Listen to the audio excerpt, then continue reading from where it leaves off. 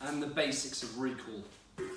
So why don't dogs recall to us? One of three reasons predominantly. The first is they have no idea what recall is. We haven't conditioned it. They don't associate the sound that we make with coming back to us, and so the dog doesn't recall.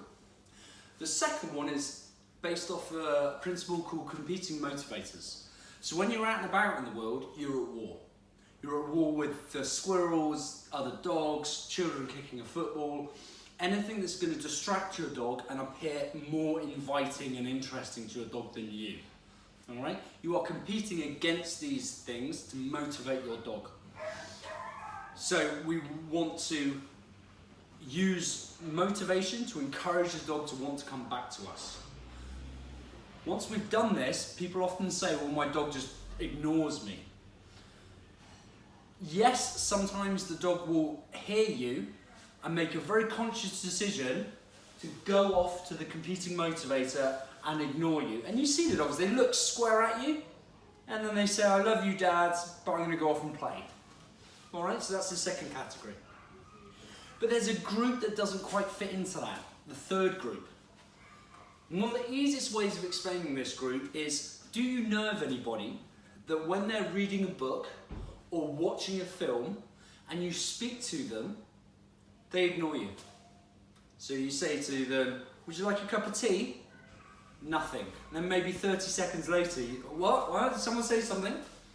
It's not that they didn't hear you, it's that their brain hasn't been trained to process that information and put it at the front of the queue as priority. So it gradually seeps to the front of the queue, they process it, huh? What? Someone say something? So in that situation, with people, we would usually go up and tap them on the shoulder, get their attention, break that tunnel vision, and once we have their attention, we then ask them if they'd like a cup of tea. We can do the same with dogs. So when a dog sees, especially in prey drive, something moving, something very interesting, because there's motion there, we can tap the dog on the shoulder and say, hey, remember me? Do you want to come back and do a recall? The more that we can be consistent and guarantee the dog acts on the first time we call it, the better results that we're going to have in the long term. This tapping the dog is known as escape theory. The dog is escaping a stimulation that we turn on by giving us a desired behaviour, which we're then going to positively reinforce. All right? One of the easiest ways to do this, and one of the easiest ways for you to visualise this, is the tapping on the shoulder exercise. Okay, so here we have Blake. Blake very much enjoys his computers, and I know that if I call him to the dinner table, sometimes he will just ignore me. Not deliberately, but he literally is so focused on what he's doing, he doesn't hear me. One way I can guarantee he's going to respond is tapping him on the shoulder, Blake, dinner time. Same principle with the dog. So I'm going to give him a very simple behaviour to do, and when he carries out the behaviour, he's going to turn off the stimulation and be rewarded. So, Blake, all I want you to do is when I ask, you're going to take this hand and place it on top of your head. Okay? Simple enough behaviour? Yeah. Alright. So I'm going to get his attention, and now I'm going to ask him to carry out the behaviour. Hand on head. Good! Have a sweetie. Well, it's a dog biscuit, but it's the same principle. Alright? Now there's a few little details here that make this work. The first is that the tapping starts before I start talking, automatically every time. What I'm not doing is saying, Blake, put your hand on your head. Too slow. That's not what this is for. I just want to get his attention and then ask him to carry out the behaviour. Hand on head. Good! Have a sweet. The dog will quickly learn that this results in this. Okay? Now we can translate that into recall. Let me show you.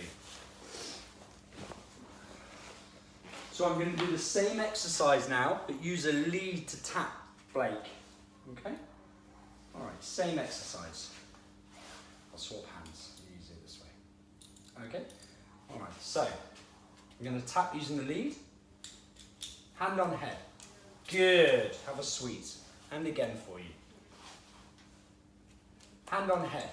Good. Have a sweet. That then turns into what is known as a runaway recall. So I want Blake just to respond to his name. I'm not too fussed about here or come or a whistle in this initial stage. I just want response to his name. Okay? If I can't get this at 1 meter with no distractions around, so he's just daydreaming out the window and won't respond to his name, then I've got no chance of getting him to respond at 100 meters. Okay? So I'm just going to call his name, and when he turns to me, I'm going to go into what's known as a runaway recall. All right? He's going to chase me for his food.